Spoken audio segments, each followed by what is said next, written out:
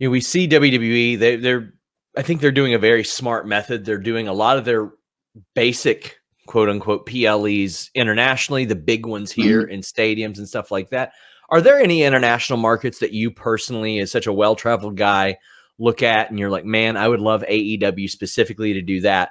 I know that's a massive undertaking, Yeah, but for are there sure. ones that you look at and you think, well, I think they would do really well there immediately?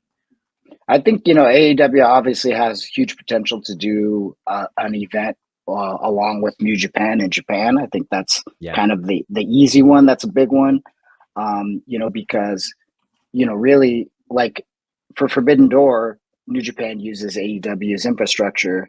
And, when you go, if AEW was to come to Japan, it would just be, vice versa, reversed, where they could use New Japan's infrastructure to do a big event in a stadium or, Budokan or wherever they want to do it. So, but I think AEW has potential. Obviously, the UK is a massive market, and we'll see that with Wembley again this year.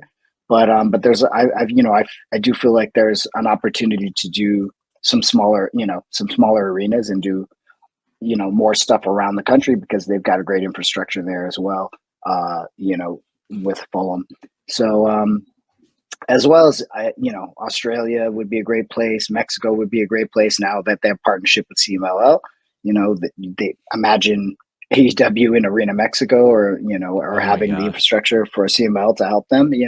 So I think that's what strategically a lot of these partnerships are all about is how can we help each other, to do these type of events all over the world. I mean, and AEW, it's always trying to help New Japan as well. We